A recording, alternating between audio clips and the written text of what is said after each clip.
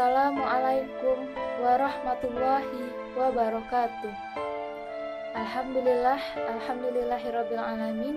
Wassalatu wassalamu ala asrofil anbiya'i wal mursalin wa ala alihi wa sahbihi rasulillahi ajma'in. Amma ba'du. Pertama dan yang paling utama sekali, marilah kita panjatkan puja dan puji syukur atas kehadiran Allah Subhanahu wa taala yang mana berkat rahmat dan hidayahnya kita bisa melaksanakan ibadah puasa Ramadan meski dalam kondisi yang sulit seperti saat ini. Di masa pandemi ini, banyak sekali orang-orang yang bersedih. Ada yang bersedih karena kehilangan pekerjaannya, ada yang bersedih karena bisnisnya sedang mengalami penurunan, ada yang bersedih karena tidak dapat pulang dan berkumpul bersama keluarganya, bahkan ada yang bersedih karena tidak dapat lagi bertemu dengan salah seorang anggota keluarganya karena telah lebih dulu dipanggil oleh Yang Maha Kuasa. Setiap manusia tanpa terkecuali suatu saat pasti akan mendapatkan yang namanya musibah, mengalami rasa terpuruk, tersungkur, dan terjatuh. Cobaan mendera tak berkesudahan. Namun, ketika kita terkena musibah tersebut, agaknya kita tidak perlu berlarut dalam kesedihan. Tidak perlu merasa bahwa ujian kita yang paling berat. Justru, ini adalah momennya kita untuk meningkatkan rasa syukur kepada Allah Subhanahu wa taala. Bagaimana caranya? Lihatlah orang-orang di luar sana. Masih banyak sekali yang musibahnya lebih berat daripada kita. Niscaya akan timbul rasa syukur dalam diri kita. Percayalah, Allah tidak akan memberikan ujian lebih dari kemampuan hamba-Nya. Dan sesungguhnya sesudah kesulitan itu pasti ada kemudahan. Allah berfirman pada surat Al-Baqarah ayat 155-156 yang artinya, dan sungguh akan kami berikan cobaan kepadamu dengan sedikit ketakutan, kelaparan, kekurangan harta, jiwa, dan buah-buahan.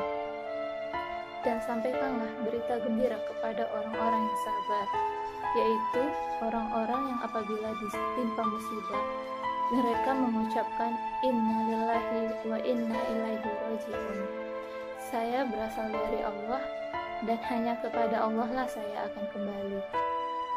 Ingatlah ketika Rasulullah berdakwah di Taif agar mereka bertakwa kepada Allah. Bukan ucapan kasih yang beliau terima, tapi malah cacian, cercaan yang tak berterima kasih yang beliau dapatkan dari para penduduknya. Mereka bahkan berani melempari batu, mengusir, bahkan meludahi Rasulullah yang mulia. Sakit tentu hati beliau, tapi Rasulullah malah berdoa kelak keturunan penduduk Taif adalah orang-orang yang bertakwa kepada Allah Subhanahu wa taala. Dan buah dari kesabaran beliau adalah kemenangan dan kejayaan Islam. Kesedihan biar bagaimanapun akan selalu menjadi bagian dari hidup kita. Tapi apakah kita harus terus-menerus berada dalam kondisi tidak berdaya? Atau tenggelam dalam kesedihan yang berlarut-larut? Sadarilah, kesedihan itu tidak akan mengubah sesuatu yang telah terjadi. Kesedihan adalah hal yang manusiawi, tapi bangkit lagi adalah upaya seorang pahlawan.